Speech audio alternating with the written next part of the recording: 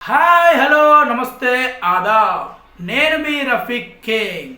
మాటి మాటికి నా ఏజ్ టాపిక్ తీయకు, నీకు దండం. దివ్య హర్ట్ అయిన భరణి.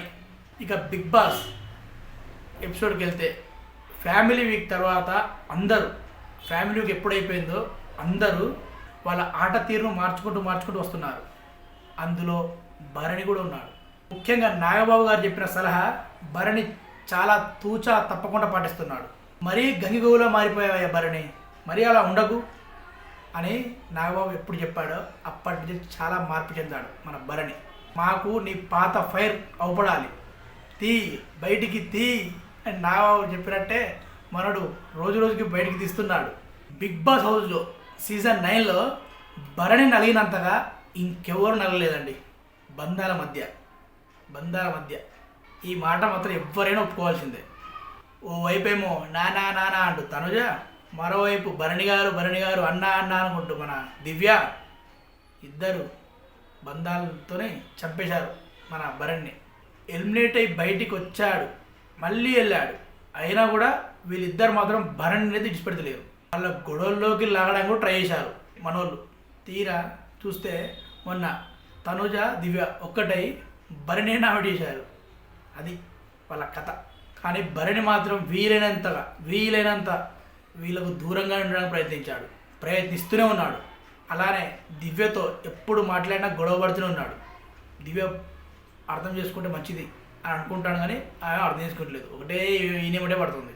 తాజాగా వీళ్ళిద్దరి మధ్య మళ్ళీ గొడవ అయింది. దివ్య ఏదో షర్టు ఐరన్ చేస్తుంది అనుకుంటా. షర్టు ఐరన్ చేస్తుంది. ఐరన్ చేస్తుంటే భరణి అక్కడే వెళ్ళాడు. అక్కడికి నేనే తక్కువ మాట్లాడడం బెటరు అని ఏదో అనబోయాడు.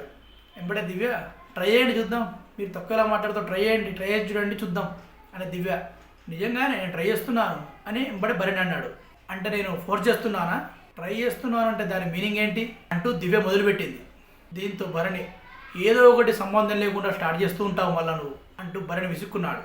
సరే నేను ఫోర్స్ చేస్తున్నాను కదా, మీ ప్రశాంతతకు నేను అడ్డురాను అని దివ్య సీరియస్ అవుతుంది. మళ్ళీ మీరు మాట్లాడకుండా అలాగే కూర్చోండి అని భరణికి దివ్య వార్నింగ్. నేను నీ మీద వాయిస్ రేజ్ చేసి పచ్చి మాట్లాడు, నువ్వు కూడా నాతో వాయిస్ రేజ్ చేసి మాట్లాడు అని భరణి ఖరాఖండిగా చెప్పేశాడు. వాయిస్ రేజ్ చేసి అనలేదు మీరు అని దివ్య ఇంకా దాన్ని సాగదీసే ప్రయత్నం చేసింది. నేను అన్నదానికి నువ్వు అనేసావు కదా, ఇక వదిలేయి అని భరణి సీరియస్ అయ్యాడు దివ్య మీద. ఆ టాపిక్ వచ్చినప్పుడల్లా ఊకే నా ఏజ్ గురించి తీయకు. 10 సార్లు ఏజ్ గురించి తీసి నన్ను విసుగు వచ్చింది నాకు. నువ్వు ఊకే నా ఏజ్ గురించి తీయకని భరణి ఒక్కసారిగా ఓపెన్ అయిపోయి దివ్యకు కరాఖండి చెప్పేశాడు.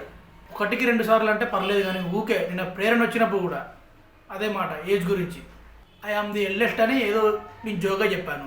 మధ్యలో దూరి అది మీరు చెప్పనవసరం లే, అందరు తెలుసు అని ఎటకారంగా అందరి ముందు నా పరువు తీశావు, అందుకే నువ్వు అనవసరంగా మాట్లాడుతున్నావు అని నేను చెప్పింది అని భరణి పాపం చాలా ఫీల్ అయినట్టున్నాడు. అందుకే నేను మ్యాటర్ ఇప్పుడు తీశాడు. దానికి ఫీల్ అయ్యారా మీరు అని దివ్య అంటుంది. మళ్ళీ ఫీల్ అవ్వడం కాదు, ఎందుకు ప్రతిసారి ఏజ్ టాపిక్ తీయడం, ఎందుకు అవసరమా?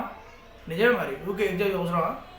మళ్ళీ కాసేపటికి దివ్య దగ్గరికి వెళ్ళి, సారీ దివ్య, ఏదో కోపంలో అన్నానని దివ్యకు సారీ చెప్తాడు భరణి. నేను ఎవరి విషయంలో నేను ఒక మాట అనడానికి 2-3 సార్లు ఆలోచిస్తాను, కానీ నువ్వు క్లోజ్ కాబట్టి నీతో అనేసాను, ఏం మనసులో పెట్టుకోకు అని చెప్పేస్తాడు. దేని గురించి అని దివ్య అడుగుతుంది. అదే నేను కుంటుతున్నట్టు యాక్టింగ్ చేశాను కదా, అలా దాని గురించే అని మన భరణి చెప్తాడు. ఇంకోసారి ఇలా రిపీట్ చేయను అని దండం పెట్టి సారీ అని చెప్పి అక్కడికి వెళ్ళిపోతాడు భరణి. ఇవే యాక్షన్లు వద్దు అని దివ్య అంటే, నాకు చెప్పాలనిపించింది చెప్పాను, ఇది యాక్షన్ ఏం కాదు అని భరణి చెప్తాడు. ఇది భరణి దివ్యల మధ్య జరిగిన టాపిక్. ఓకే అండి, సైనింగ్ ఆఫ్. నేను మీ రఫీక్ కింగ్. బాయ్.